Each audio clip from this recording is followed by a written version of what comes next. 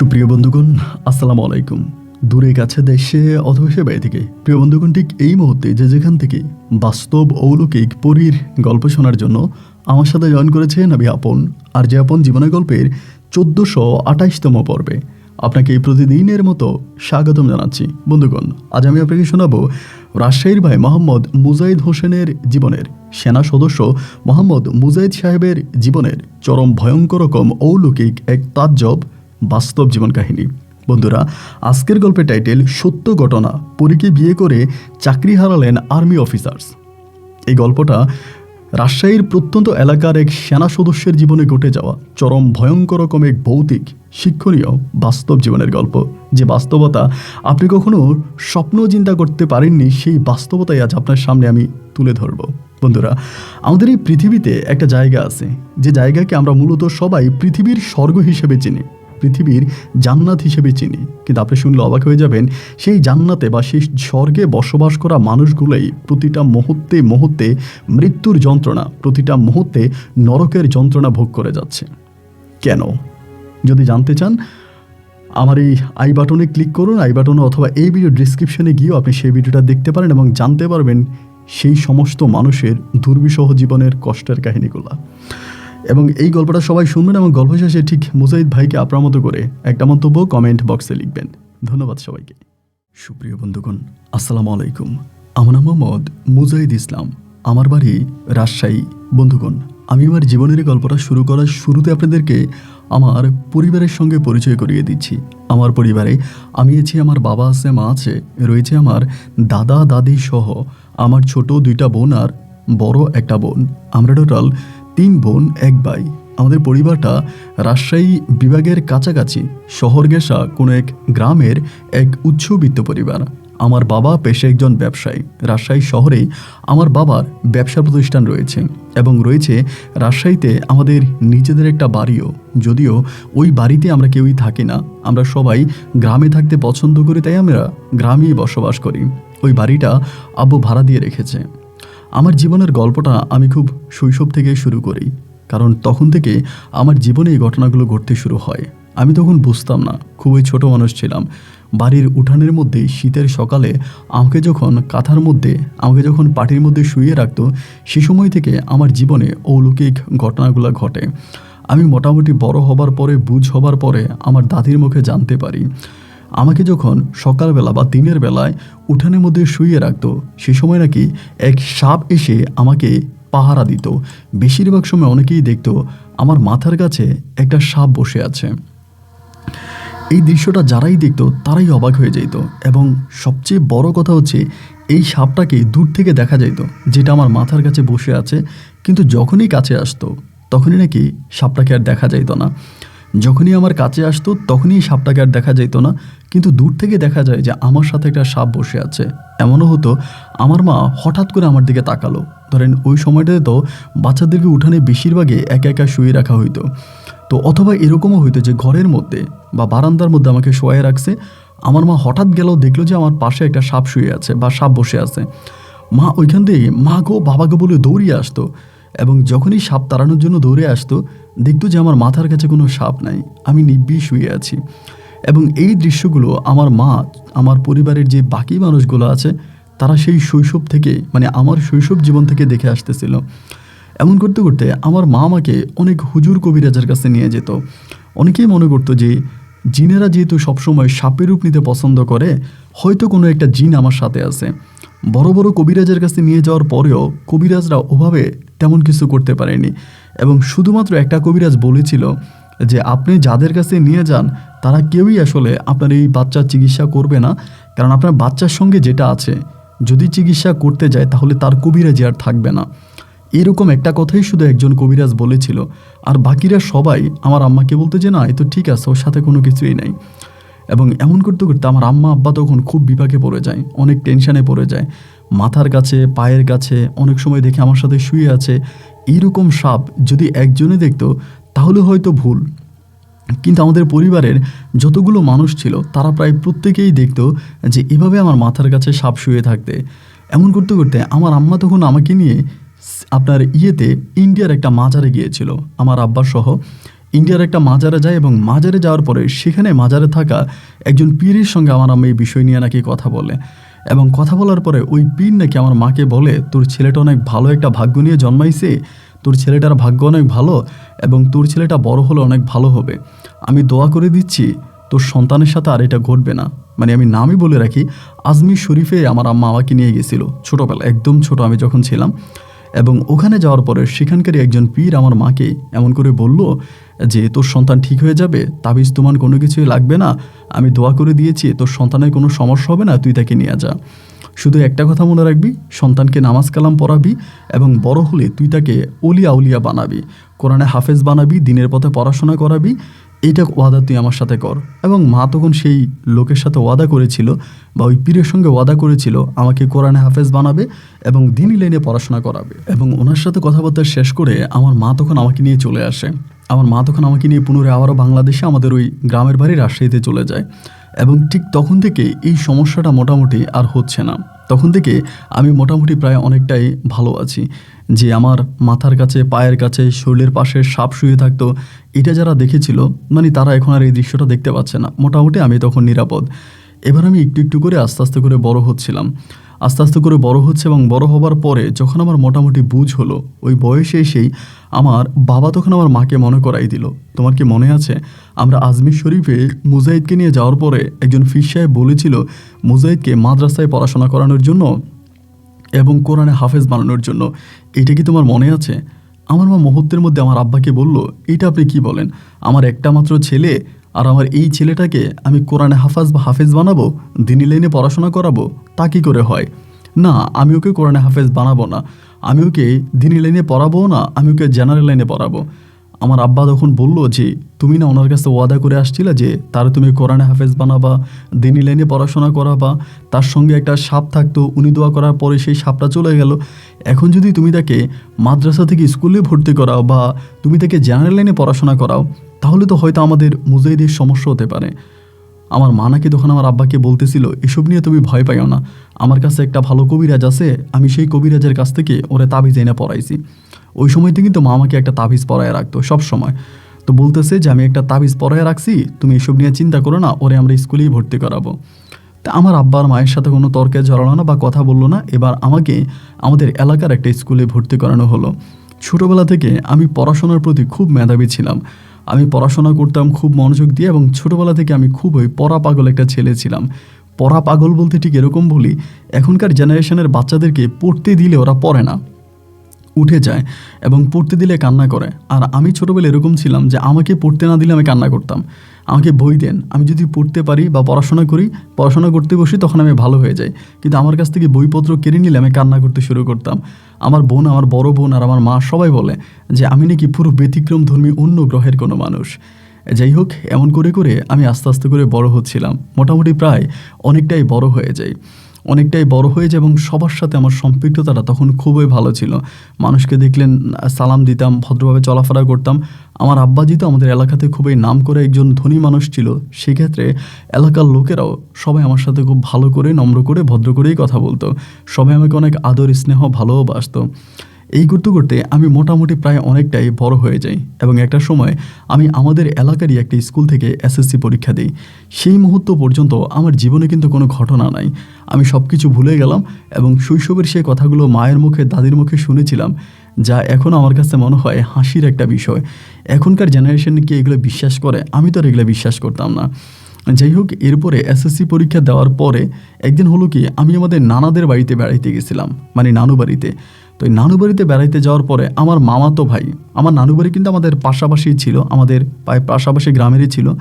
আমার মামাতো ভাই তখন হচ্ছে আপনার আর্মির দিতে যাবে, মানে পরীক্ষা দিতে যাবে আর কি, ভর্তি পরীক্ষা। আর্মিতে ও ভর্তি হবে বা ওইরকম ট্রেনিং পরীক্ষা দিতে যাচ্ছে। তা ও একা একা যাবে না, ও বলতেছে যে আমি মুজাহিদকে সাথে নিয়ে যাবো। তেন আমার মা বলতেছে যে মুজাহিদ যাবে কেন, তুই যা, তোর পরীক্ষা, মুজাহিদের তো পরীক্ষা না, মুজাহিদ তার পরীক্ষা দিবে না।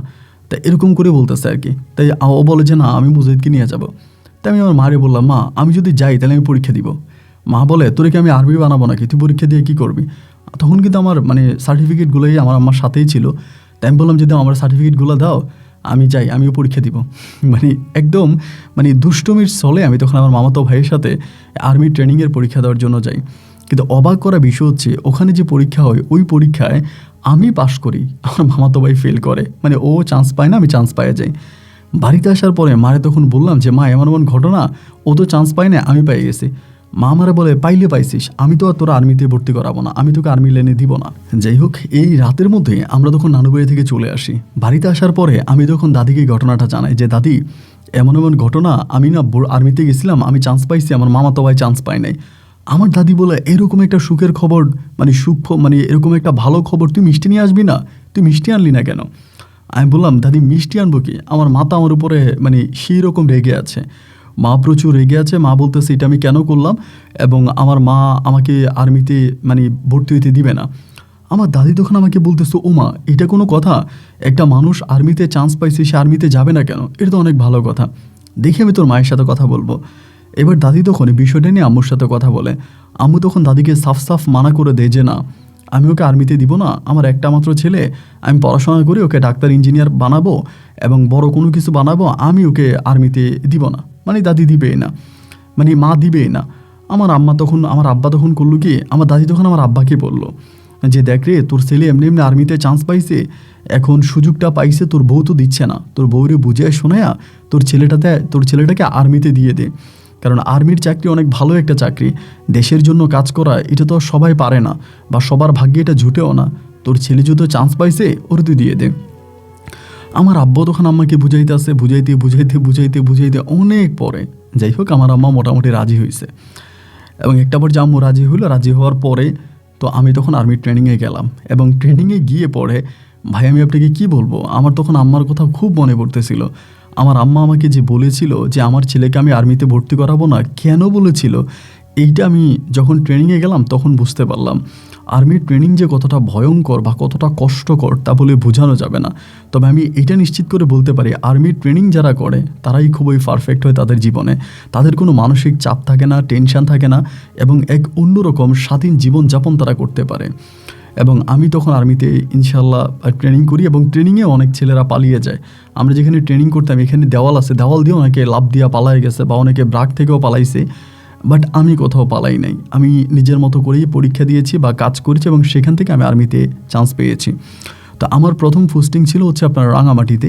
আমি রাঙামাটিতে প্রথম পোস্টিং হয়, এবং ওখানে কাজ করে, ওখানে দীর্ঘদিন কাজ করার পরে সেখান থেকে আমি ঢাকায় চলে আসি। ঢাকায় একটা মানে আপনার নাই বলি একটা ইয়ের মধ্যে তখন চলে আসি, এবং ওখানে এসে তখন কাজ করতেছি। তো সব কিছু আমার তখন ভালোই ছিল, কোনো সমস্যা নাই। এবং এরকম করতে করতে আমি 3 মাসের একটা আর্মির ছুটি পেয়েছিলাম। আমি ছুটি নিয়েছিলাম, এবং ছুটি নেওয়ার পরে আমার ফ্যামিলির সাথে আমি তখন কক্সবাজার বেড়াইতে যাব। আমি আর্মিতে চাকরি করতাম, কিন্তু আমার ওই মানে আমাদের ফ্যামিলি এরকম না যে আমি চাকরি করি বলে আমার টাকা আমার গোটা ফ্যামিলি চলে।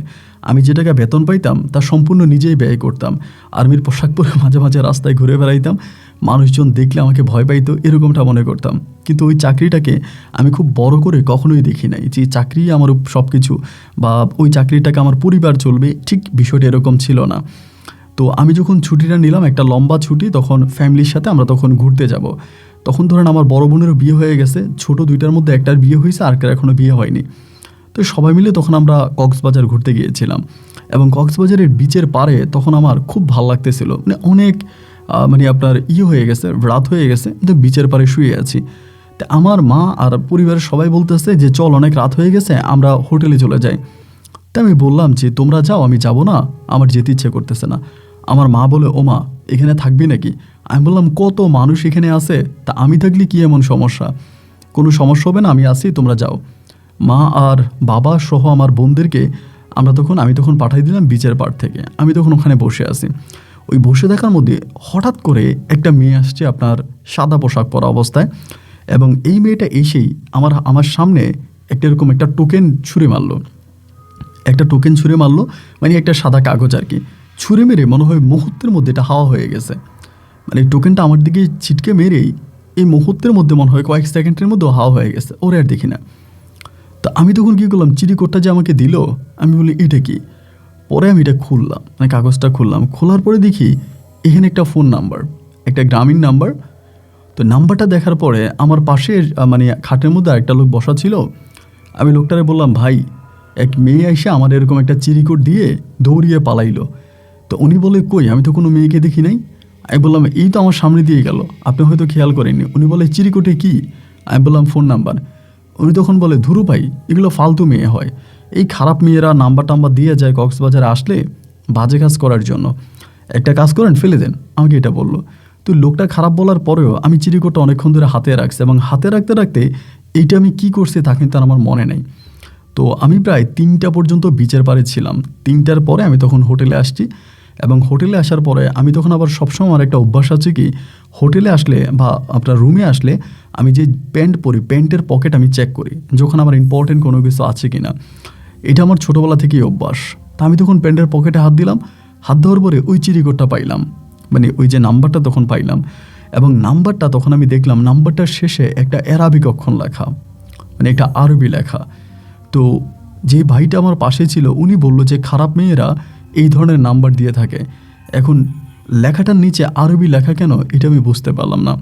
এবং যেই লেখাটা আমাকে দিল, যেমন 017 এভাবে নাম্বারটা শুরু হলো, কিন্তু নাম্বারের অক্ষরগুলো মনে হয় যেন আপনার নিখুঁতভাবে, মানে খুব, মানে আপনার আর্টিস্ট করে আর্ট করে করে লেখা। এইটা কোনো মানুষের লেখা বলে আমার কাছে মনে হচ্ছিল না, মানে লেখাগুলো একটু অন্যরকম ছিল। তো কৌতূহল বশতই আমি তখন নাম্বারটাতে কল দিলাম, মানে নাম্বারটা উঠে নাম্বারটাতে কল দিলাম। আপনার তখন ফজরে আজান দিয়ে দিবে, ফজরে আজানের আগ মুহূর্তে।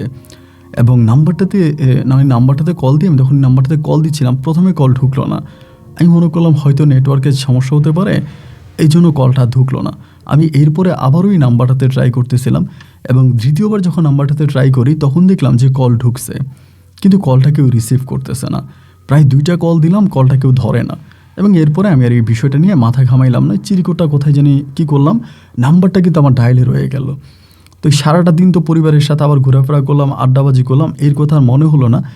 বিচে যাওয়ার পরে আমার আবারই মানে কথাটা মনে হইলো, বিচে গিয়ে যখন আবারও খাটে শুইলাম তখন আবারও মনে হইলো যে এমন এমন ঘটনা, আমাকে যে নাম্বারটা দিয়েছিল তখন নিজের মাঝে প্রশ্ন জাগলো যে এই মেয়েটা যদি খারাপ কোনো মেয়ে হবে, ধরেন খারাপ কোনো মেয়ে আমাকে নাম্বার দিয়ে গেছে, তাকে ফোন দিলে তো সে অবশ্যই ধরবে, তার হোটেলের ঠিকানা দিবে, আমাকে তার হোটেলে যাইতে বলবে বা টাকার অফার করবে, বিষয়টা তো এরকমই ছিল, তাই না? কিন্তু এই নাম্বারটা যে রিসিভ করলো না, নাম্বারটাতে কল দিলাম, নাম্বারটা ধরলো না, এখানে কোনো মেয়ের নামও লেখা নাই, শুধু আরবি লেখা। তো ওখানে আমি করলাম কি, তখন আবারও কল দিলাম, মানে অনেকগুলো কল দিলাম, তখন আমার এই কলটা আর ধরলো না, মানে কল রিসিভ করলো না। তো সেদিনও আমি মধ্যরাতে বিচের পাড় থেকে বাসায় চলে আসি, এবং বাসায় আসার পরে এরপরে যখন বাসায় আসছি হঠাৎ করে মনে হলো এই নাম্বারটা থেকে একটা মিস কল আসছে, খুবই ছোট করে একটা মিস কল। তো মিস কলটা আসার পরে আমি তখন কলটা ব্যাক করলাম, আবারও কলটা ব্যাক করলাম। তো ব্যাক করার পরে আমি তখনও নাম্বারটা বন্ধ পাইলাম, নাম্বারটা তখনও বন্ধ। বারবার নাম্বারটাতে ট্রাই করতেছি, এবং যতবার ট্রাই করতেছি নাম্বারটা বারবার একই কথা বলে বন্ধ বন্ধ বন্ধ। আমি কোনোভাবে এই নাম্বারে কোনো রকমের লাইন পাচ্ছিলাম না। দীর্ঘ অনেকগুলো দিন কেটে গেল, ওখান থেকে আমরা চলে আসছি, মানে ওই জায়গাটা থেকে আমরা চলে আসছি, এবং এর কোনো মানে আমার মনে নেই, মানে এর কোনো কিছু আমার মনে নেই। তো এই না থাকার পরে এখান থেকে আমি তখন চলে আসি, এবং চলে আসার পরে আমার এই কিন্তু কোনো কিছুই মনে নেই। এই যে চিরিকোটা সে আমাকে দিছিল, এটা আমার হোটেলেরই মনে হয় কোথায় যেন আমি ফালাই দিছিলাম, মানে যে হোটেলে আমি উঠেছিলাম ওখানেই কোথাও ফালাই দিছিলাম। তো এইটা কি করলাম, একদিন হঠাৎ করে আমার মানে আমি যে রুমে আমি থাকতাম আর কি, ওই রুমের বালিশের নিচে আমি চিরিকোটটা পাইলাম। যে রুমে থাকতাম রুমের নিচে এই মানে ফোন নাম্বারটা, এটা বালিশের নিচে পাওয়ার পরে আমি একটু অবাক হয়ে গেলাম, কিরে এই কাগজটাতে আমি হোটেলে ফালাই দিছি, এবং হোটেলে আমি এটা ফালাই দিছি, এবং এই নাম্বারটাতেই তো কেউ যখন কল রিসিভ করে নাই, তা আমি তো এই নাম্বার নিয়ে আমি কোনো মাথা ব্যথাও নাই, কিন্তু এইটা আমার বালিশের নিচে আসার কারণ কি? তখন আমি অবসরে আসি, ছুটিতে আসি। তো আমি তখন আমার বোনের জিজ্ঞেস করলাম যে আমার বোনে এই কাজ করছে কিনা। আমার বোন তখন বলে যে না ভাই, আমি তো তোমার রুমে যাইনি। তবে চিল্লে চিল্লে করতেছে, আমার দাদি তখন শুনছে, শুনে আমারে বলে, মুজাহিদ কী হয়েছে? তখন দাদির কাছে গেলাম। তা আমার দাদি কিন্তু আবার খুব স্বাভাবিক মহিলা না, মানে উনি মোটামুটি প্যারানর্মাল বিষয়গুলো বা অন্য বিষয়গুলো উনি একটু ভালো বুঝে, যদিও উনি কোনো তান্ত্রিক বা কবিরাজ টাইপের কেউই না, কিন্তু উনি ওই বিষয়গুলো মোটামুটি বুঝে আর কি, অনেকে ওনার কাছে ওই সমস্ত সমস্যার সমাধানে। তো দাদির কাছে গেলাম, যাওয়ার পরে দাদিরে বললাম যে দাদি এমন এমন ঘটনা। তো দাদি তখন আমারে বলে যে কী লিখছে দেখি, তো আমার কাগজটা দিত। তখন আমি দাদিকে কাগজটা দেখালাম, যেখানে শুধু একটা ফোন নাম্বার লেখা। এবং কাগজটা দেওয়ার পরে আমার দাদি তখন কাগজটা হাতে নিয়েছে, হাতে নিয়ে দাদি চশমা পরলো, এবং চশমা পরে আরবি লেখাটাকে দাদি তার চোখের কাছে এনে দেখলো। দেখে দাদি আমাকে বলতেছে, এইটা তো কোনো মানুষের লেখা না। আমাকে আমার দাদি বলে। আমি বললাম, কি বলেন আপনি, এটা কোনো মানুষের লেখা না, কি আপনি পাগল হয়ে গেলেন নাকি? দাদি তখন আমাকে বলে, তোর তাবিজটা কোথায়? আমি বললাম, তাবিজ তো আছে। আমি তখনও কিন্তু তাবিজ পড়তাম, মানে সবসময় শরীরে তাবিজ পরে রাখতাম। তো দাদি তখন আমাকে বললো যে ঠিক আছে, এটা তো আমার কাছে দিয়ে দে। এটা বলে দাদি তখন ওই কাগজটা রেখে দিল এবং জিনিসটি এখানেই সমাধা হয়ে গেল। এই ঘটনার প্রায় আপনার 2.5 থেকে 3 মাস পরে আমি আবারও চাকরিতে জয়েন করলাম, ঢাকাতেই আসি। ওই মুহূর্তে হলো কি, আমার ওই নাম্বারে আপনার সম্ভবত দিনটা ছিল মঙ্গলবার, আনুমানিক মধ্যরাতের পরে নাম্বার থেকে ডিরেক্ট কল আসছে। ওই সময়টাতে নাম্বারটা লাস্টে 60, নাম্বারটা ছিল 60 লাস্টে। তা আমার ওই 60 ওটাই মনে আছে, আমি কিন্তু নাম্বারটা সেভ করি নাই, মোবাইলে সেভ করি নাই, লাস্ট 60 এটা মনে আছে। তখন কলটা আসছে, আসার পরে কলটা আমি রিসিভ করলাম। রিসিভ করার পরে প্রথমে আমি বুঝতে পারিনি যেটা ওই নাম্বারটাই হবে। যখন আমি কলটা রিসিভ করলাম, আমি ওই পক্ষ থেকে খুবই মিষ্টি সুন্দর একটা মেইলি কণ্ঠ শুনতে পেলাম, খুবই রোমান্টিক একটা মেইলি কণ্ঠ, খুব সুন্দর করে হ্যালো বলল। আমি সালাম দিলাম, আসসালামু আলাইকুম। পরে বলো, ওয়ালাইকুম আসসালাম, ভালো আছেন? আমি বললাম, জি ভালো আছি, আপনাকে তো ঠিক চিনলাম না, আপনি কে?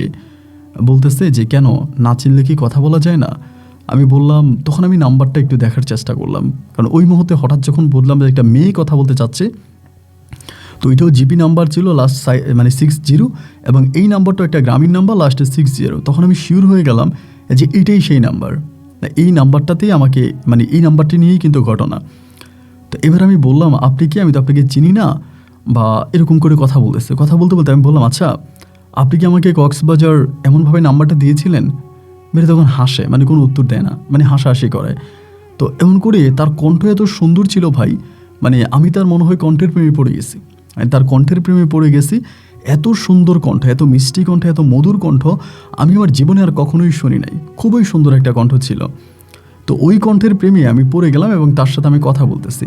তো যতই কথা বলি তার প্রতি আমার ততই ভালো লাগা কাজ করতেছে, যতই কথা বলি ততই ভালো লাগা কাজ করে, এবং কথা বলতে বলতে আমি এক সময় তার উপর অনেকটা দুর্বল হয়ে গেলাম। আমি সেই আপনার মধ্যরাত থেকে সকাল পর্যন্ত আমি তার সাথে কথা বললাম। তা আমরা যেহেতু আর্মিতে কাজ করি, তো আমাদের কিন্তু ঘুমানোর একটা নিয়ম আছে, এই টাইমে ঘুমাইতে হবে, এই টাইমে ঘুম থেকে উঠতে হবে। তো ও আমাকে কল দিত, কল দিলে আমি ওর সাথে কথা বলতাম। কিন্তু অবাক করা বিষয় হলো, যদি আমি এই নাম্বারটাতে কল ব্যাক করতাম, তখন হতো কি যে আমি ওর নাম্বারে লাইন পাইতাম না। ধরুন আমি নাম্বারটা কল ব্যাক করলাম, কলটা ব্যাক করার পরে আমি তার ওখানে লাইন পাই না, মানে আমি তার এখানে কল ঢুকে না। কিন্তু সে যখন কল দেয় আমি কথা বলতে পারি, বাট আমার এখান থেকে আমি কল দিতে পারি না। তো বিষয়গুলো তখন আমার কাছে বিষয়টা একটু অন্যরকমই লাগতেছে, যে ইনি যখন আমাকে কল দেয় আমি রিসিভ করতে পারি, কথা বলতে পারি, বাট আমি যখন কলটা ব্যাক করি তখনই কলটা আর যায় না। এর কারণটা বা কি, এর কোনো কারণও তখন আমি এর কোনো কারণও বুঝতে পারি না। জাস্ট বিষয়টা এরকমভাবেই তখন চলতেছে বা এইভাবেই কাটতেছে। এইভাবেই আপনার দিন আর রাতগুলোর সময়গুলো কাটতেছে, পরিপূর্ণ সময়গুলো কাটতেছে, এবং সময়গুলো কাটতেছে 1 দিন 2 দিন 3 দিন 4 দিন করে, প্রায় অনেকগুলো দিন অতিবাহিত হয়ে গেল মেয়েটার সাথে কথা বলতেছে। এর মাঝে হঠাৎ করে আমার হেড অফিস থেকে আমাকে ট্রান্সফার করা হলো চট্টগ্রামে। তো মেয়েটা বললো তার নাম হচ্ছে আইরিন, তার বাড়ি হচ্ছে চট্টগ্রামে। নাম বললো আইরিন, বাড়ি বললো চট্টগ্রামে। এখন এটা খারাপ মেয়ে হোক বা ভালো মেয়ে হোক তা তো আর আমি জানি না, কিন্তু এই মেয়েটার সাথে আমি যতই কথা বলি বাট ততই মনে হয় যেন আমি তার জন্য পাগল হয়ে যাচ্ছি। তো এমন করতে করতে তখন আমাকে ঢাকা আপনার চিটংয়ে ট্রান্সফার করলো, চিটংয়ে চলে গেলাম। তা আমি তারে সবসময় বলতাম যে, আইরিন তুমি না বললা যে তোমার বাসা চিটংয়ে, তাহলে একদিন আসো, আমরা দুজনে একটু মিট করি, দেখা করি, কথা বলি। তোমার বাসা যদি চিটংয়ে হয়ে থাকে তাহলে তো আমি তোমার সাথে দেখা করতে পারি, তুমি আসো একদিন, আমরা দুজনে একটু কথা বলি, দেখা করি। কিন্তু ও আমার সাথে কথা বলে অ্যান্ড সব কিছুই ঠিক আছে, বাট যখনই ওকে আমি দেখা করার কথা বলি যে আসো একটু দেখা করি, তখনই জানি ও কেমন চেঞ্জ হয়ে যায়। মানে ওর সব কিছুই ঠিক আছে, বাট ও আমার সাথে দেখা করতে চায় না। একটা মানুষ হয় না যে দেখা করি, একটু কথা বলবো, একটু কাছাকাছি আসবো, বাট ওর সবই ঠিক আছে কিন্তু আমার সাথে দেখা করতে রাজি না। তখন আমি ওকে বারবার বললাম যে তুমি আমার সাথে দেখা করতে চাও না কেন? আমরা কথা বলি, আমরা সব কিছুই করি, আমাদের মাঝে সব কিছুই হচ্ছে, বাট আমি তোমার সাথে কথা বলতে চাইলে তুমি আমার সাথে কথা বলো না। এর কারণটা কি? দেখা করতে চাইলে দেখা করো না, এর কারণটা কি? তাও আমাকে বলে দেখা করার কি দরকার, আমরা কথাই বলি। এরকম করে আমি চিটংয়ে ট্রান্সফার হওয়ারও প্রায় 4 থেকে 5 মাস আমি তার সাথে কথা বলতাম। ওই সময়তে আপনার অ্যান্ড্রয়েড ফোনগুলো তখনও ওভাবে চালু হয়নি, অ্যান্ড্রয়েড ফোনগুলো ছিল না, বেশিরভাগে বাটন ফোনের মাধ্যমে কথোপকথন বলতাম আর কি। পরে এভাবে তাকে আমি বললাম যে দেখো, আমরা তো একদিন অ্যাটলিস্ট একটু দেখা করতে পারি, একদিন তো একটু দেখা করা যায়, তুমি আমার সাথে একটু দেখা করো না। ও আমার সাথে দেখা করে না। তো আমি আমার চাকরি জীবনে খুব অসুবিধায় পড়ে যাচ্ছিলাম। মানে অসুবিধায় বলতে ঠিক এরকম, দেখা গেল যে আমি কাজ করতেছি, আমি ঠিকমতো কাজ করতে পারি না, আমার কাজের অনেক সমস্যা ঘটতেছে, কাজে অনেক প্রবলেম হইতেছে, এবং মানে বুঝেনি তো আমাদের ওখানে অনেক রুল রেগুলেশন, অনেক নিয়ম মানতে হয়। তা আমি সেই নিয়মের তোয়াক্কা করতে পারি না, বা নিয়ম মাফিক আমি চলতে পারি না। আমি নিয়মের বাইরে চলে যাচ্ছি, কারণ হচ্ছে আমি তো অন্য লাইনে হাঁটতেছি, আমার লাইনটা তো সঠিক কোনো লাইন না, আমি তো সঠিক কোনো লাইনে হাঁটতেছি না। একটা পর্যায়ে মনে হলো যে কেন আমার সাথে এরকমটা হচ্ছে, এবং আমার সাথে এরকম হওয়ার কারণটাও বা কী, মানে কেন দিন দিন আমি মানে এই পাগলামিটা করতেছি। একটা সময় আমি যদি তার কাছ থেকে সরে আসতে চাই, মানে তার কাছ থেকে দূরে যেতে চাই, তো সে আবারও আমাকে ফোন দেয়, মানে তার থেকে সে আবারও আমার প্রতি ইমোশন বাড়িয়ে দেয়। এমন করতে একদিন আমি দেখে খুব কঠিনভাবে ধরলাম যে আমি তোমার সাথে দেখা করব, এবং যদি দেখা না করো তাহলে আমি আর কখনোই তোমার সাথে কথা বলবো না, বা আমি নাম্বারটাই চেঞ্জ করে ফেলবো, এমন করে তাকে ধমক দিলাম। তো সে আমাকে তখন ওই ধমকটার পরে বললো, ঠিক আছে দেখা করতে পারি, একটা শর্ত আছে, আমাকে বলল। আমি বললাম, শর্ত? কি আবার শর্ত? আমি দেখা করব তোমার সাথে, এতে আবার শর্ত আসলো কোত্থেকে? আমাকে বলে, না আমার একটা শর্ত আছে, আমার এই শর্তটা পূরণ করতে হবে। তো আমি বললাম যে ওকে ফাইন, ঠিক আছে, তোমার শর্ত আমি পূরণ করব, কি করতে হবে আমাকে? তো আমাকে বলে, আমি যেখানে বলবো আমার সাথে সেখানে দেখা করতে হবে। যখন বললো আমি যেখানে বলবো আমার সাথে সেখানে দেখা করতে হবে, আমি তখন একটু ঘাবড়ায় গেলাম। মানে ঘাবড়ায় গেলাম বলতে, আমি চিন্তা করতেছি আমি আর্মিতে কাজ করি, এটা তো ও জানে, এবং কোন পোস্টে কাজ করি, কিভাবে কাজ করি, সবই কিন্তু ও জানে। তো এখন বড় কথা হলো, ও যে আমার সাথে দেখা করতে বলতেছে, এবং ও যেখানে বলে আমার তার সাথে সেখানেই দেখা করতে হবে, এবং যতটুকু বুঝতে পারলাম যে ও কোনো ভালো মেয়ে না, যিনি যেভাবে নাম্বারটা পেয়েছি, ও হয়তো ভালো কোনো মেয়েরা নাম্বার দেয় না। তাও আমি কনফিউজড যে এক্স্যাক্টলি ওই নাম্বারটা কিনা, কারণ তো পুরো নাম্বারটা মুখস্থ নেই, লাস্টের দিকে আর প্রথম দিকে মনে আছে, মধ্যেখানে হয়তো মিচিং হতেও পারে। তো এখন আমি ভয় পাচ্ছিলাম যে আমি যে ওর সাথে দেখা করতে যাব, এখন যদি সে আমাকে মেরে ফেলে, যেহেতু আমি একটা ক্রাইম লাইনে কাজ করি বা একটা অন্য লাইনে কাজ করি, সে তো আমার শত্রুও হতে পারে, আমাকে ফোনে কথা বলে আমাকে ট্র্যাপে ফেলে আমার সাথে দেখা করতে গিয়ে যদি আমাকে মেরে ফেললো, এই ভয়টাও তখন মনের মধ্যে কাজ করতেছে। আবার ভাবতেছি যে ও আমাকে মেরে ফেলবে কেন, আর যদি মেরে ফেলতোই তবে এর আগে তো আমি ওর সাথে অনেকবার দেখা করতে চেয়েছিলাম, এবং এও বলেছিলাম যে তুমি যেখানে বলো আমি সেখানে যাবো, তা আমি তোমার সাথে একটু মিট করবো। তো তখন তো আমার সাথে মিট করে নেই, তাহলে এখন কেন আমাকে মেরে ফেলবে? এরকম করে রাতের মধ্যে সিদ্ধান্ত নিলাম যে ঠিক আছে দেখা করবো, তবে আমি আমার প্রোটেকশন নিয়ে যাব, মানে আমার প্রোটেকশন আমি নিয়ে যাব, আমার সাথে যে লোকজন আছে আমি তাদেরকে নিয়ে যাব, এবং সিভিলি আমি তাদেরকে বাইরে দাঁড়ো করিয়ে রাখবো, আমি তার সাথে দেখা করব।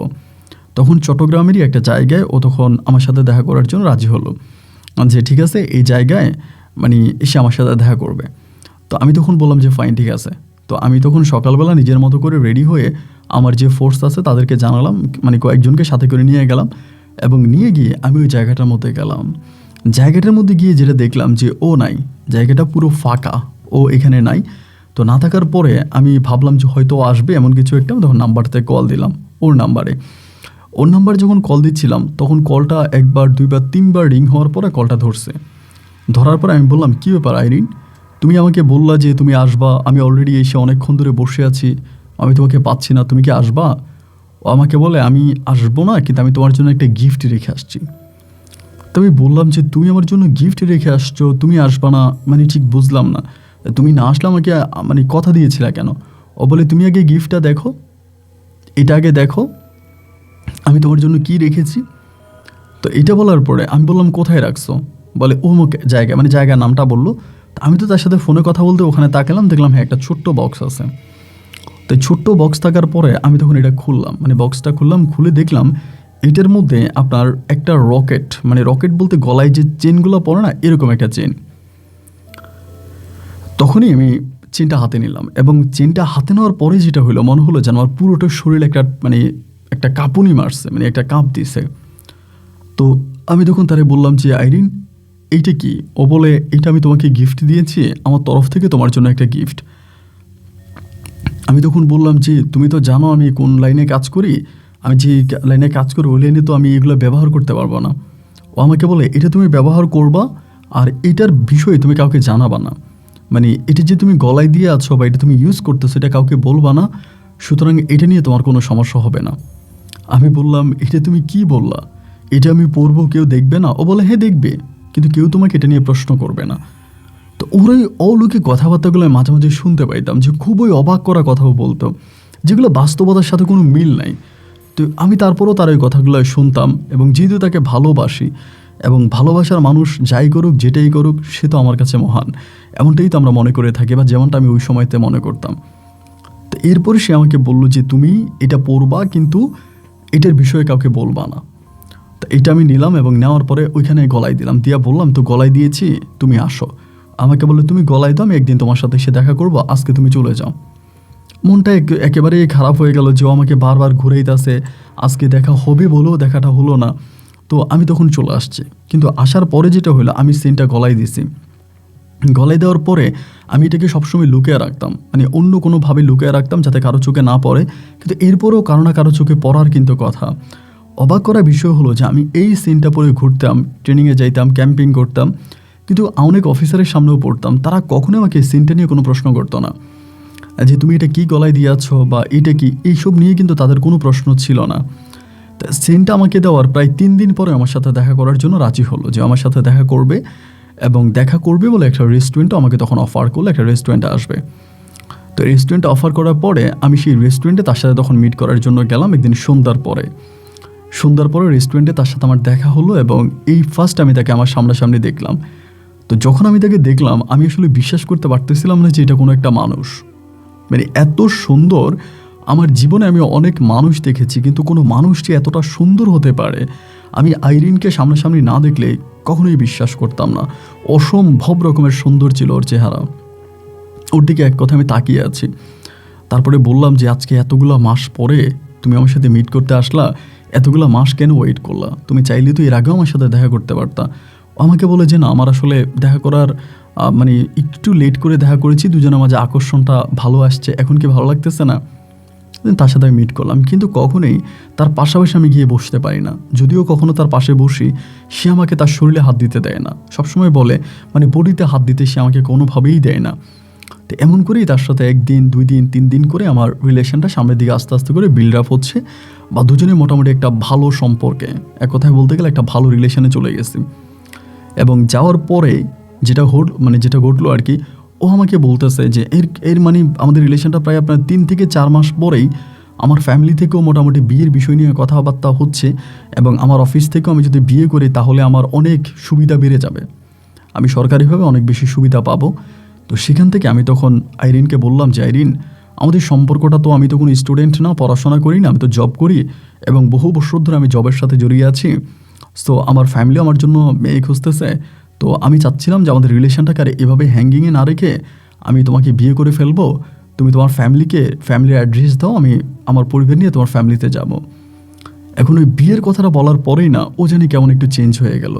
এতদিন পর্যন্ত সবই ঠিক ছিল, প্রেম, ভালোবাসা, রোমান্স সব কিছুই ঠিক ছিল, কিন্তু ভাই যখনই আমি বিয়ের কথাটা বললাম, মানে তাকে বিয়ে করতে চাইলাম, বিয়ের প্রস্তাব দিলাম, সেই মুহূর্তটাতেই ও জানি কেমন একটু চেঞ্জ হয়ে গেল, মানে ও বিয়ে করতে চায় না। আমি বললাম আইরিন, মানে কেন তুমি এরকম করতেছো?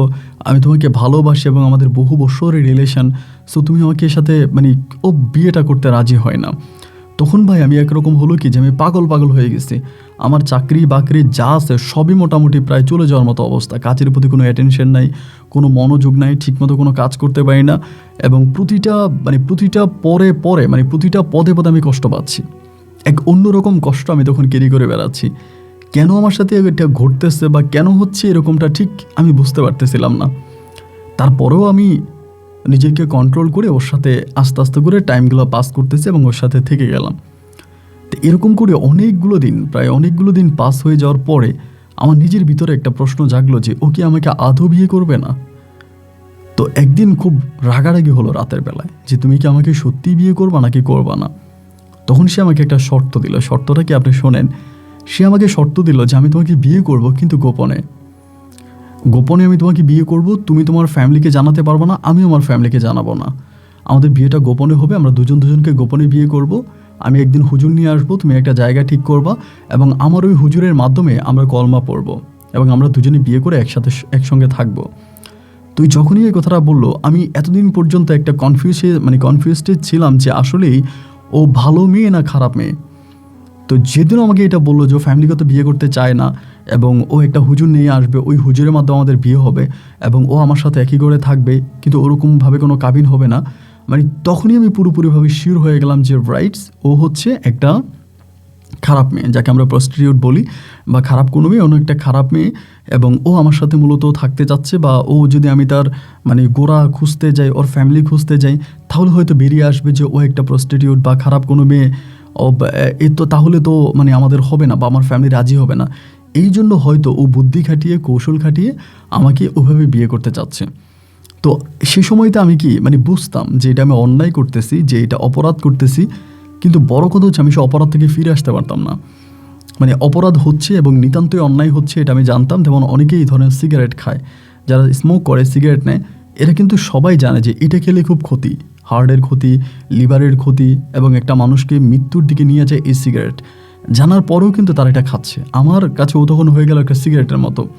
আমি জানতেছি, বুঝতেছি আমার লাইফের অনেক ক্ষতি করতেছে, আমার জীবনটাকে শেষ করে দিতেছে, তারপরও আমি কোনোভাবে তার এখান থেকে সরে আসতে পারি না।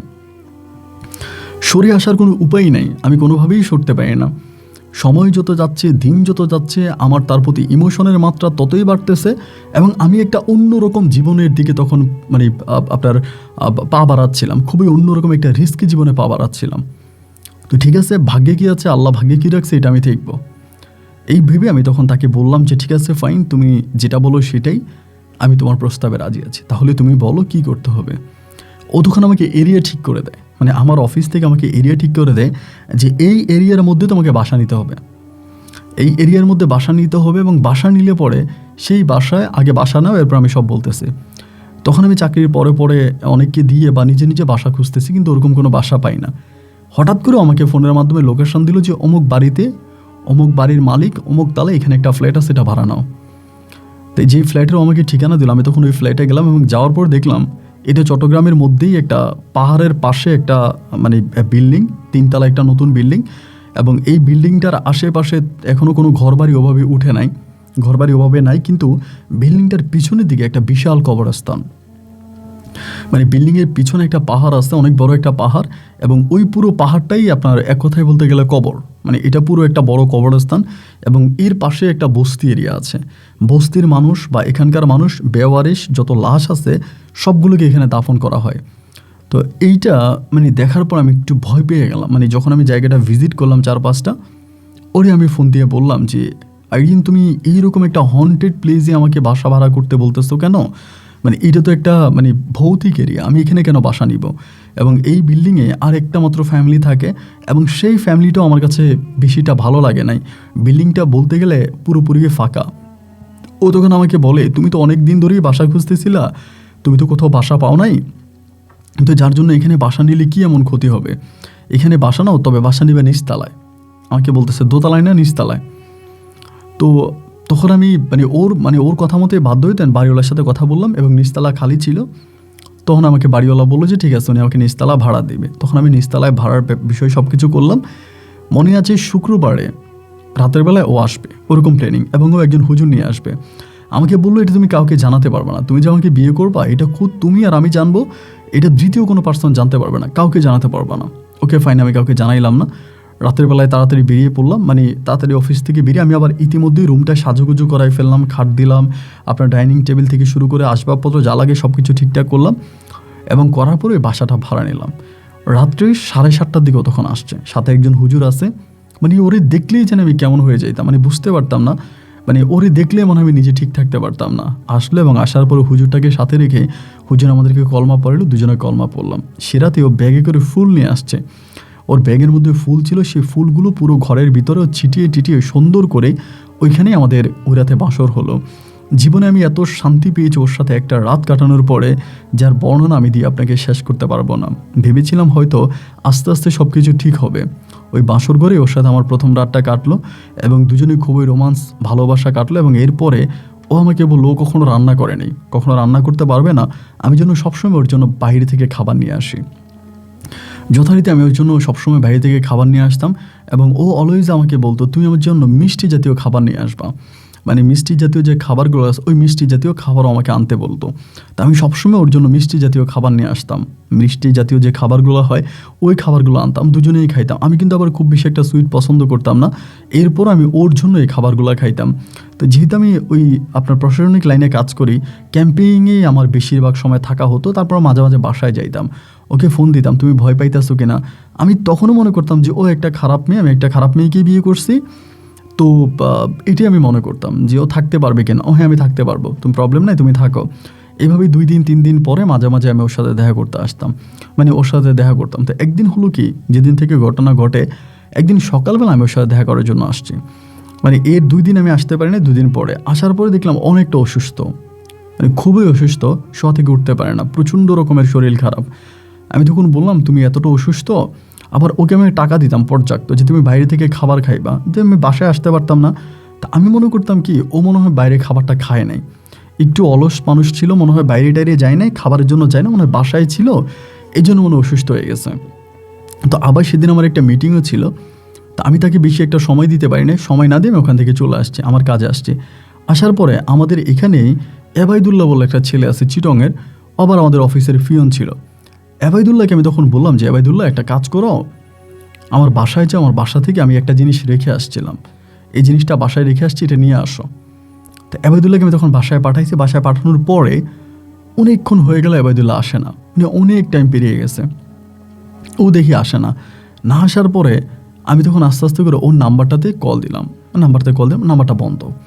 কী রে, নাম্বারে কল দিলাম, নাম্বারও বন্ধ। এবং এরই মাঝে ও হঠাৎ করে তখন আসছে, এবং আসার পরে ওর চোখে মুখে কেমন যেন একটা ভয়ের ছাপ আমি দেখতে পাচ্ছি, মানে একটু ভয় পাচ্ছে বা এরকম একটা অবস্থা। এবাইদুল্লাহ কী হয়েছে, এখানে বসাইছি, পানি দিলাম, পানি ডকডক করে পানি গেলে খেয়ে ফেললো, চোখগুলো খুব বড় বড় হয়ে আছে, মানে খুবই ভয়ঙ্কর একটা মানে অবস্থা ওর মানে চোখে মুখে। এবাইদুল্লাহ কী হয়েছে তোমার, এরকম করতেছো কেন, তুমি কি কোনো বিষয়ে ভয় পাইছো, কিছু হয়েছে আমাকে বলো। ওই শুধু বলতেছে যে স্যার আমি মরে যাব, স্যার আমি মরে যাব। তা আরে বাবা তুমি মরে যাবা কেন, কি হয়েছে বলবা তো, কি নিয়ে ভয় পাইছো আমাকে বলো। আমাকে বলে স্যার আমি এটা কী দেখলাম, স্যার আমি এটা কী দেখলাম, আল্লাহ আমাকে এটা কী দেখাইলো। আমি বললাম এবাইদুল্লাহ রিল্যাক্স, কী দেখেছো আমাকে বলো। আমাকে বলে স্যার আমি আপনার ঘরের দরজায় গিয়েছিলাম, এবং মেইন গেট আমি অনেকক্ষণ ধরে ধাক্কাচ্ছিলাম, ভাবিকে ডাকতেছিলাম, ও কিন্তু আমার ওয়াইফকে দেখেছে, এর আগেও আমার ওয়াইফকেও 2বার দেখছে। তো বলে আমি দরজা ধাক্কাইতেছি, ভাবি ভিতর থেকে দরজা খোলে না, এবং পিছনে একটা জানালা ছিল। আমি ভাবলাম ভাবি হয়তো রুমে শুয়ে আছে, ঘুমিয়ে আছে। আমি জানালা দিয়ে ভাবিকে ডাকার জন্য গেলাম, 2টা ডাক দেওয়ার পরেও ভিতরে কোনো রেসপন্স পাচ্ছি না বলে জানালাটা ধাক্কা দিলাম।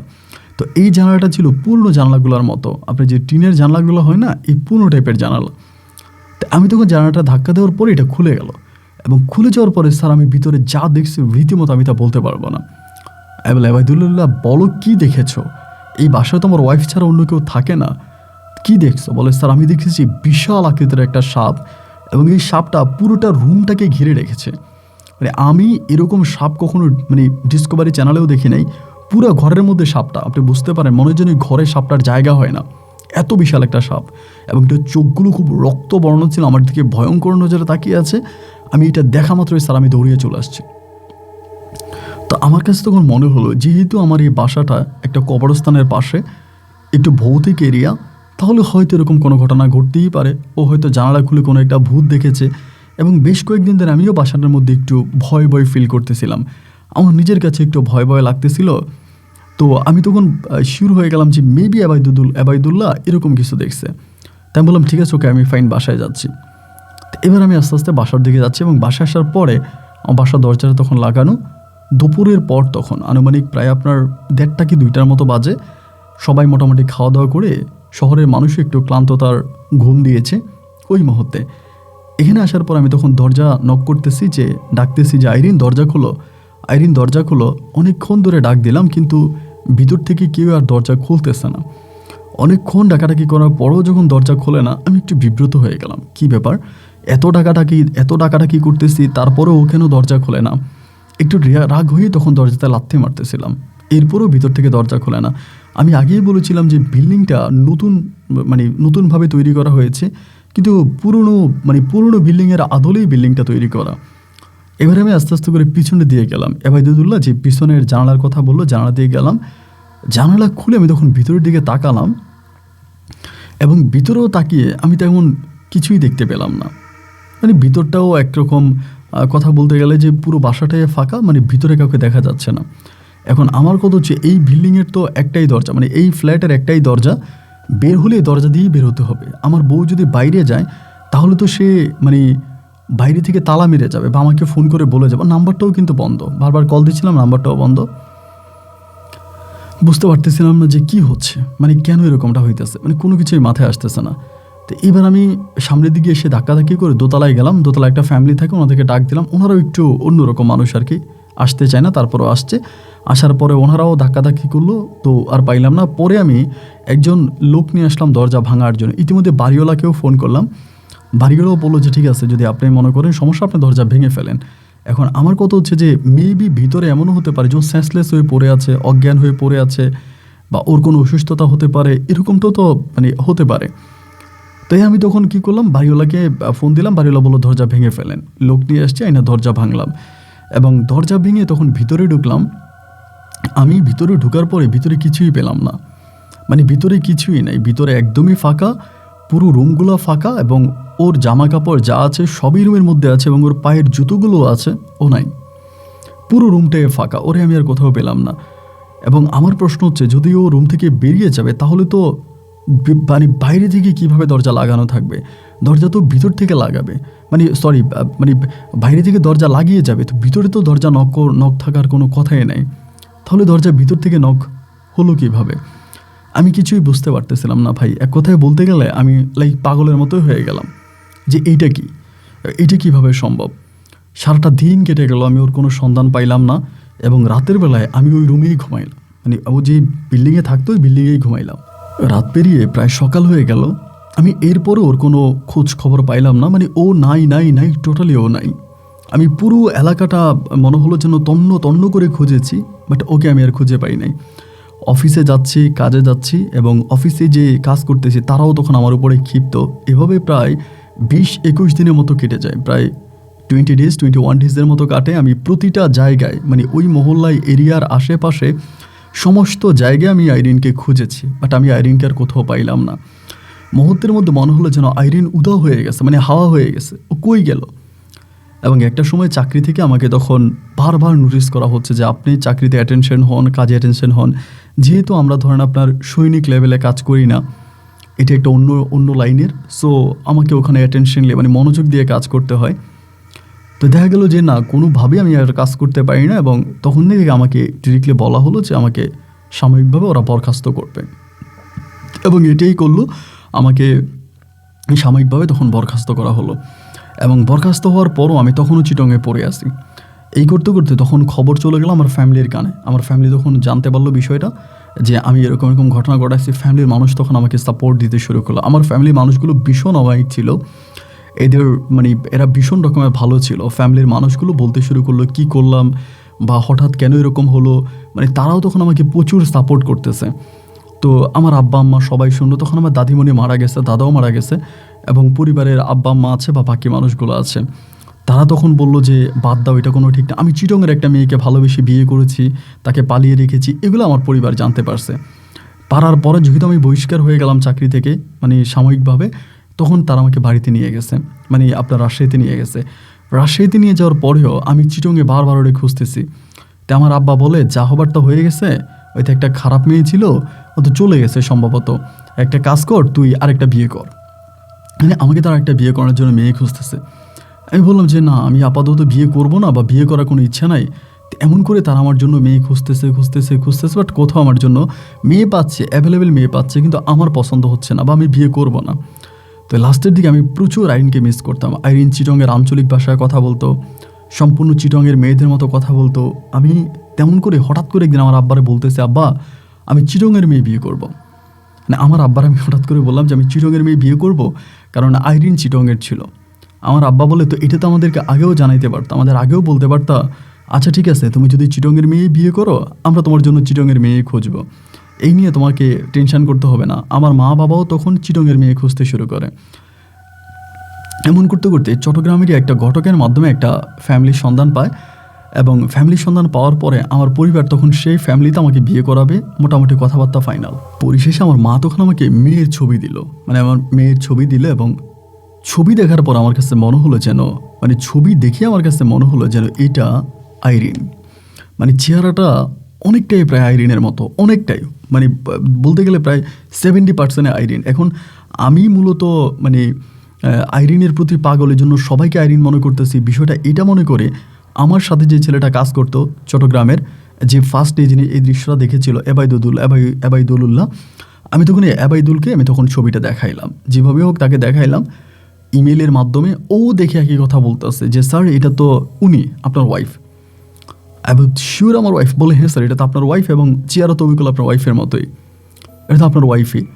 আমি বললাম যে না না না, এটা আমার ওয়াইফ না, এটা আমার পরিবার চিটংয়ে ঠিক করছে। আমি তখন মেয়ে দেখার জন্য গেছি পরিবারের সাথে, যে আমি মেয়ে দেখব। তো মেয়ে দেখার জন্য যখন গেলাম, খুবই উচ্চবিত্ত পরিবারের একটা সন্তান, মেয়েদের চিটংয়ে বাড়ি আছে, ওখানে তখন মেয়ে দেখতে গেছি। মেয়ে দেখার পরে পরিবারের সাথে বসে আছি, মেয়েকে আনা হলো। আর সবচেয়ে বড় কথা, সবচেয়ে অবাক করা, ওই দেখতে যদিও অবিকল আইরিনের মতো না, কিন্তু এই মেয়েটার নামও আইরিন। যে মেয়েটা আমাকে দেখানো হয়েছে বা যাকে আমি দেখতে আসছি তার নামও আইরিন। এটা কিভাবে সম্ভব? আইরিনের চেহারার সাথে প্রায় 50% থেকে 60% মিল আছে আমার আগের ওয়াইফের সঙ্গে, কিন্তু তার নাম হচ্ছে আইরিন। এটা কিভাবে সম্ভব? ওর নাম আসিয়াতুল আইরিন। তো আইরিন ওর ডাক নাম। তো আমাদের পরিবার কিন্তু প্রথমে বলছে ওর নাম আসিয়া, বললো যে আসিয়া ওর নাম, আইরিন কিন্তু বলে নাই। ওর পরিবারে যাওয়ার পর আমি জানতে পারলাম যে ওর নাম, ডাকনাম আইরিন। তো অবিকল যে আমার আগের আইরিনের মতো চেহারা, একেবারে অবিকল তা নয়, তবে মোটামুটি ওর চেহারার সঙ্গে মিল আছে। আমি পরিবারকে বললাম যে আমি মেয়েকে বিয়ে করব। আমার পরিবার বললো যে ঠিক আছে, তাহলে তো কোনো সমস্যা নেই, আমি তোমাকে এই মেয়েকেই বিয়ে করাবো। তো এই মেয়েকে তখন বিয়ে করালো পারিবারিকভাবে, অনেক ধুমধাম করে, আনন্দ ফুর্তি আয় উল্লাস করে তখন ওর সঙ্গে আমার বিয়ে হলো। এবং বিয়ে হওয়ার পর আমি তখন ওকে বাড়িতে নিলাম। ইতিমধ্যে আমাকে মানে আপনার মানে আর্মি থেকে বহিষ্কার করা হয়েছে, সোজা কথা যেটা। এর মাঝে আমি অনেক ঘটনা ঘটাই ফেলছি, এগুলো সিক্রেট বিষয় না বলি, যার জন্য আমাকে চাকরি থেকে সরাসরি বহিষ্কার করা হয়। মানে একদম পুরোভাবে আমি আর ওখানে জয়েন করতে পারবো না। তো আমি তখন কী করলাম, বিয়ে করলাম। বিয়ে করার পরে বাসর রাত যখন হলো, ও রাতে আমি তখন তারে বললাম যে তোমার নাম কি আইরিন? বলে হ্যাঁ। আমি বললাম তুমি পড়াশোনা কোথায় করছো? তোমার পড়াশোনার কথা বললো। আমি বললাম তোমার কি কোনো যমজ বোন আছে? বলে না, আমার তো কোনো যমজ বোন নাই। আমরা এক বোন আর আমরা 3 ভাই, এবং 3 ভাই সবাই বড়, আমি সবার ছোট, আমার তো কোনো যমজ বোন নাই, আমার ভাই আছে 3 জন। আমি বললাম ফ্যামিলিতে তোমার রিলেটিভদের মধ্যে কি এমন কেউ আছে যার চেহারা দেখতে কিছুটা তোমার মতো? মানে এই প্রশ্নগুলো কেন করতেছি তো বুঝতেই আছেন। তো ও বলে যে না, আমার ফ্যামিলিতে এরকম কেউ নাই যে যাদের চেহারা দেখতে আমার মতো, আমার চেহারার মতো কারো চেহারাই নাই, এরকম কেউই নাই। আমি বললাম তুমি কি শিওর বলতেছো? বলে হ্যাঁ। তা আমার তখনও জানি কেন সন্দেহ লাগতেছে। আমি সে রাতও তার সাথে থাকলাম এবং এর পরের দিনও থাকলাম, এভাবে 3 দিন 4 দিন থাকতেছি। বাট হারিয়ে যাওয়া আইরিনের কোনো ঠিকানা আমি আর খুঁজে পাই না। হারিয়ে যাওয়া আইরিনকে তখন আমি মনে মনে খুঁজতেছি, ওরে আমি আর কোথাও পাই না। এভাবে ফোনে আমি এবাইদুল সাথে কথা বলি, এবাইদুলের সাথেও, যেহেতু আমার অফিসের লোক ছিল। একদিন এবাইদুল আমাকে বলল যে স্যার একটা কাজ করেন, আমার পরিচিত একজন তান্ত্রিক আছে, উনি মূলত হিন্দু ধর্মের, ওনার বাড়িও চিটংয়ে, আপনি যদি আসেন ওনার সাথে কথা বলতে পারেন বিষয়টা নিয়ে। তো আমি তখন রাজশাহীতে থাকতাম, রাজশাহী থেকে চিটং বেশ দূরে। আমি তখন বললাম যে তুমি তান্ত্রিকের নাম্বারটা দাও, আমি ওনার সাথে ফোনে কথা বলি। তো এই নাম্বারটা দিল, নাম্বার দেওয়ার পর আমি তখন সেই নাম্বারে কল দিলাম। নাম্বারে কল দেওয়ার পরে ওই তান্ত্রিক মহোদয় তখন নাম্বারটা মানে আমার কলটা রিসিভ করলো। পরে আমি ওনাকে বিস্তারিত বিষয়টা মোবাইল ফোনের মাধ্যমেই খুলে বললাম, এবং বলার পরে তিনি আমাকে বললো যে, শুধু এটা বললো যে সে কি তোমাকে কোনো কিছু দিয়েছিল? আমি বললাম হ্যাঁ, আমাকে একদিন আমার সাথে প্রথম দেখা হওয়ার আগে আমাকে একটা সেন দিয়েছিল রকেট সহ। তোমার এর কি তুমি কখনো পরীক্ষা করেছিলে এটা স্বর্ণ বা রূপা কি? আমি বললাম দেখতে স্বর্ণের কালার, কিন্তু আমি এটা কখনো পরীক্ষা করিনি এটা খাঁটি সোনা কিনা। পরে আমাকে বলে এটা কি তোমার সাথে আছে? আমি বললাম হ্যাঁ, এটা আমার ঘরে আছে। বলে ঠিক আছে, তুমি এটা এবং তোমার ওয়াইফ দুজনকেই নিয়ে আসো, আমি এটা বের করে দিব যে আসলে ঘটনা কি। তখনই আমি আমার ওই সেন্টটা এবং আমার ওয়াইফকে নিয়ে কবিরাজের কাছে রওনা দিলাম। সাথে এবাইদুলকে নিয়ে নিলাম, ও যেহেতু ওখানকার স্থায়ী, ওই আমাকে নিয়ে গেল। আমার ওয়াইফ তো আসলে যেতে চায় না, ও এক কথায় বলে যে আমি এগুলো বিশ্বাস করি না বা আমি এগুলোতে যাবো না। এরপরও ওকে আমি একরকম জোর করেই তখন ওখানে নিয়ে গেলাম। তো চিটং শহর থেকে প্রায় খানিকটা দূরেই সেই হিন্দু তান্ত্রিক ভাইয়ের বাড়ি ছিল। তার বাড়িতে গেলাম। যাওয়ার পরে তিনি প্রচুর আদর আপ্যায়ন করছে এবং এবাইদুল বলছে আমার সম্পর্কে যে আমি অমুক পোস্টে কাজ করতাম, এগুলো জানানোর পরে তিনি আমাদের জন্য খুব ভালোভাবে খাওয়া দাওয়ার আয়োজন করেছে, খুব রাজকীয়ভাবে আমাকে উনি অ্যাকসেপ্ট করেছে। তো রাত আনুমানিক 9টার দিকে উনি টাইম দিল যে 9টার দিকে উনি আমাদেরকে নিয়ে বসবে। 9টা বাজে তার নিজস্ব যে রুম, শোয়ার রুম, ওই শোয়ার রুমে আমাদেরকে তখন ডেকে নিল। আমি, আমার ওয়াইফ আইরিন দুজনেই গেলাম, গিয়ে দুজনেই চেয়ারের মধ্যে বসলাম। বসার পর উনি হাসতেছে। আমি বললাম, আপনি হাসতেছেন কেন? বলেন, না হাসতেছি অন্য একটা কারণে। তো এখন আপনার কাকে লাগবে, এই আইরিনকে লাগবে নাকি হারিয়ে যাওয়া আইরিনকে লাগবে? আমি আবার আমার ওয়াইফকেও বলছিলাম যে বিয়ে করছি সেটা বলিনি, বলছে আমার একটা প্রেমিকা ছিল আইরিন, ও হঠাৎ হারিয়ে গেছে। তা আমার ওয়াইফ কিন্তু ডিটেলস জানেন আমার সম্পর্কে বা আমার অতীত সম্পর্কে। তখন তিনি বলল যে ঠিক আছে, সিনটা আপনার ওয়াইফরে পড়াইয়া দেন আমারে বলে। আমি বললাম, সিনটা ওরে পড়াই দিব? বলে হ্যাঁ পড়াই দেন। আমার বউটা পড়তে রাজি নেই। আমার বউ বলে, তোমার গার্লফ্রেন্ডের দেওয়া গিফট আমি কেন পড়বো? আমি বললাম, তান্ত্রিক তখন বলতেছে যে আপনি এটা পড়েন, এটার মাধ্যমে আমরা একটা জিনিস পরীক্ষা করবো, আপনি পড়েন। তো এটা বললো, পড়ার পরেই এটা পড়ার পরেই আমার বউ হঠাৎ চুপ হয়ে গেল। আমার বউ এটা পড়া মাত্রই আর কোনো কথা বলতেছে না, একেবারে চুপ, শান্ত হয়ে গেল। তান্ত্রিক তখন বলতেছে, আপনার ওয়াইফের কানি আঙ্গুলটা ধরেন, বাম হাতের কানি আঙ্গুলটা ধরেন। তো বাম হাতের কানি আঙ্গুল বলতে ঠিক এই আঙ্গুলটা। আমি তখন ওই আঙ্গুলে ধরছি, ধরার পর আমাকে একটা থাপ্পড় মারছে, খুব জোরে থাপ্পড় মারছে। এবং থাপ্পড়টা মারার পরেই তখন খুব জোরে জোরে নিঃশ্বাস ফেলতেছে, অনেক জোরে জোরে নিঃশ্বাস ফেলতেছে। আপনাকে কি বলবো, একটা ভয়ানক অবস্থা। তো আমার ভিতর তখন ভয় ঢুকে গেল এবং তখন এরকম করে ঘাড় ঘুরে দিতেছে, যেটা রীতিমতো এখানে এবাইদুল বেরিয়ে গেছে, ভয় পাই ও বেরিয়ে গেছে। তান্ত্রিক তখন এসে পাশের চেয়ারে বসছে, পাশে একটা চেয়ার টান দিয়ে বসা ওর কানি আঙ্গুলটাতে ধরছে। আমারে থাপ্পড় মারছে, কিন্তু ওই তান্ত্রিককে কিছুই করে নাই। হাতটা ধরে বলতেছে, তোর নাম কি? বলে আইরিন। তো ওনারে চিনিস? বলে চিনি। তো ওনার নাম কি? বলে ওর নাম মুজাইদ। বলে ওনাকে এর আগে দেখেছিলি? বলে হ্যাঁ, ও আমার স্বামী। পরে বলে, ছেড়ে গেলি কেন? বলে, ছেড়ে গেছি এই কারণে যে আমি ওর সাথে আর থাকতে চাই না। আর ওর কাছের একটা লোক আমার আসল রূপ দেখে গেছে, আমার আসল রূপ যেহেতু দেখে গেছে, আমি আর ওর সাথে থাকবো না। বলে, ওর কাছে আসলি কেন? বলে, ওকে আমি ছোটোবেলা থেকে পছন্দ করতাম। ও যখন রোদে শুয়ে থাকতো, ও যখন ঘরের উঠানে শুয়ে থাকতো, আমি তখন থেকে ওকে ফলো করি, ওকে পছন্দ করি। ওর জন্মের পর থেকে আমি ওকে ভালোবাসি, ওকে আমি পছন্দ করি। আমি ওর কাছে সহজে যেতে পারতেছিলাম না। ওর হাতে একটা ভয়ঙ্কর রকমের তাবিজ ছিল, যেটার কারণে আমি ওর কাছে যেতে পারি নাই। যার কারণে আমি ওকে অন্য একটা জিনিস শরীরে পোষ করে, রকেটের মাধ্যমে ওর শরীরে পোষ করিয়ে আমি ওর তাবিজটাকে নষ্ট করেছি এবং এরপরে আমি ওর কাছে গিয়েছি। তারপরে বলে, তাহলে ছেড়ে যে গেলি, সাথে প্রেম করলি, বিয়ে করলি, লোকটাকে ছেড়ে চলে গেলি, তার চাকরিটাও চলে গেল, ওর এত বড় ক্ষতি কেন করলি? ও বলে, এগুলোর জন্য আমি দুঃখিত, আমাকে মাফ করে দেন। বলে, না মাফ করবো না, তুই মানুষের রূপে আবার ওর কাছে আয়। বলে, না আমি আর ওর কাছে আসতে পারবো না, এবং ওর কাছে যদি আসি এখন আমি, তাহলে মারা যাব। আমাদের আইন অনুযায়ী, আমাদের নিয়ম অনুযায়ী আমি আর ওর কাছে আসতে পারবো না। ওর কাছে আসলে আমাদের জিন জাতির আমাকে মেরে ফেলবে।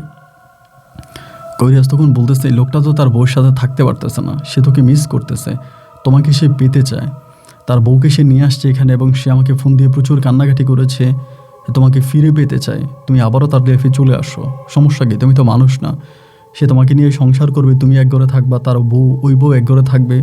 একটা মানুষ দুইটা বউ রাখতেই পারে, আর তোমাকে তো খাওয়া দাওয়া করাতে হবে না, তুমি তো আর কিছু খাবাও না, তোমার তো কোনো খরচ নাই। সে বলে, না আমি আসতে পারবো না। তখন আমি কি বলবো, আমি জাস্ট এইদিকে তাকায় আছি যেগুলো কি হচ্ছে, হচ্ছেটা কি, আমি জবাবটা কি দিব? তো তখন কবিরাজ বলতেছে যে, তুই কথা বলবি ওনার সাথে? বলে, না ওর সাথে আমি কথা বলবো না। বলে, ওর সাথে কথা বলি, লোকটা তো খুব কষ্ট করে এখানে আসছে অনেক দূর থেকে, একটু ওর সাথে কথা বল। তখনই আইরিন আমার দিকে তাকায় কান্না করতে শুরু করছে, চোখের পানি ঝরাইতে শুরু করছে, কান্না করতেছে। আমার তখন ওর দিকে তাকায়া, আমি তখন ওর সম্পূর্ণ আইরিন রূপে দেখতেছি, পুরো আইরিন বা আইরিনের চেহারাই দেখতেছি, যে রিয়েল আইরিন ছিল, রিয়েল আইরিনের চেহারাই দেখতেছি। তখন কান্না করতে করতে বলে, আমি তোমার লাইফে থাকতে পারবো না সারা জীবন, যার জন্য আমি তোমাকে আমার চেহারার মতোই একটা মানুষের সন্তান দিয়ে, তোমার পরিবারকে দিয়ে, আমার চেহারার মতো একটা মানুষকে আমি তোমাকে বিয়ে করিয়েছি, তুমি তার সাথে থাকো না, সে অনেক ভালো। আমি জায়গার মধ্যে কান্না করতে করতে শুয়ে গেছে, ও কান্না করতেছে এবং কান্না করতে করতে বলতেছে আমাকে যেতে হবে, আমাকে যেতে দাও, ওই কবিরাজকে বলো আমাকে ছেড়ে দেওয়ার জন্য, আমি চলে যাব। কবিরাজটাকে বলো আমাকে ছেড়ে দেওয়ার জন্য, আমি চলে যাব, তুমি আমাকে মাফ করে দাও, আমি এখানে থাকতে পারতেছি না, আমার খুব কষ্ট হইতেছে। তো কবিরাজরে বললাম ওরে ছেড়ে দেন। ফ্লোরে শুয়ে গেছে কান্না করতে করতে, এবং শুয়ে শুয়ে কবিরাজরে বলতেছি যে ওরে ছেড়ে দেন, ওরে আটকায় রাখেন, ওরে ছেড়ে দেন। কবিরাজ কান্না করে কবিরাজের পায়ে ধরে ফেলে চোখে ছেড়ে দেন। তখন কবিরাজ ওর হাতটা ছেড়ে দিল, এবং হাতটা ছেড়ে দেওয়ার সাথে সাথে আমার বউ তখন বলতেছে কী ব্যাপার, তুমি এখানে শুয়ে আছো কেন, এই জায়গায় কেন শুয়ে আছো? আমি তখন উঠছি, আমার বউ কিন্তু কিছুই জানে না, এবং সে আজ পর্যন্তও কিন্তু জানে না। পাশের চেয়ারটাতে বসছি, বসার পরে ইতিমধ্যে ওর গলা থেকে কবিরাজ চেনটা খুলে নিয়ে গেছে। আমার এই চেনের কথাটা আর মনে ছিল না। আমি এরপরে চলে আসছি, আপনার রাজশাহীতে চলে আসি, পরে আমার চেনের কথাটা মনে পড়ছে যে চেনটা তো কবিরাজের কাছে রয়ে গেছে। ওনাকে ফোন দিয়েছিলাম, উনি বলে যে না, চেন নাকি আমাকে দিয়ে দিছে। চেনটা আমি আর পাইনি এই পর্যন্ত। তো এখন আমার বাচ্চা কাচ্চা হয়েছে, আমার 2টা মেয়ে আছে এবং একটা ছেলে আছে। আমি এখন ব্যবসা বাণিজ্য করি, ঢাকাতে আমার নিজেদের ব্যবসা বাণিজ্য আছে, আমাদের এগ্রো ফার্ম আছে, বিভিন্ন ধরনের বিজনেস আছে। কিন্তু এখনও যখন আমার সে আইরিনের কথা মনে হয়, আমি চোখের পানি ধরে রাখতে পারি না। আমি আপনার গল্প সবসময় শুনি, আমি আপনার একজন ভক্ত বলতে পারেন। আপনি যদি আমার গল্পটা রেকর্ড করেন আমি খুব খুশি হব। রাজশাহী থেকে মোজাইদ। ভালো থাকবেন, আসসালামু আলাইকুম। প্রিয় বন্ধুগণ, সবাইকে অনেক বেশি ধন্যবাদ এই পর্যন্ত আমার সাথে থেকে রাজশাহীর ভাই মোহাম্মদ মোজাইদ হোসেনের জীবনের এই হৃদয় বিদারক করুণ বাস্তব অলৌকিক গল্পটা শোনার জন্য। বন্ধুরা, এই পর্যন্ত অনেক পরীর গল্প রেকর্ড করেছি এবং আপনারা অনেকেই পরীর গল্প পছন্দ করেন, কিন্তু আজকের এই পরীর গল্পটা সত্যি আমার হৃদয়টা ছুঁয়ে গিয়েছে। গল্প আপনার কাছে কেমন লেগেছে সেটা অবশ্যই কমেন্ট বক্সে লিখবেন। আর হ্যাঁ, ভিডিওর শুরুতে আমি বলেছিলাম পৃথিবীর মধ্যে এমন একটা জায়গা আছে যেটাকে আমরা পৃথিবীর স্বর্গ বলে থাকি, কিন্তু সেই স্বর্গে বসবাস করা মানুষগুলো প্রতিটা মুহূর্তে নরকের যন্ত্রণা ভোগ করে যাচ্ছে, প্রতিটা মুহূর্তে মৃত্যুর যন্ত্রণা ভোগ করে যাচ্ছে। কিন্তু কেন? এই গোপন রহস্য জানতে হলে, এই গোপন দুঃখ জানতে হলে আপনাকে এই ভিডিওতে ক্লিক করতে হবে। এখনই ভিডিওটা আসবে, এই ভিডিওতে ক্লিক করে আপনারা সেই ভিডিওটা দেখে নেবেন। সবাইকে ধন্যবাদ, এখানে বিদায়। দেখা হবে অন্যদিন অন্য কারো বাস্তব জীবনের গল্প নিয়ে। আল্লাহ হাফেজ এন্ড আসসালামু আলাইকুম।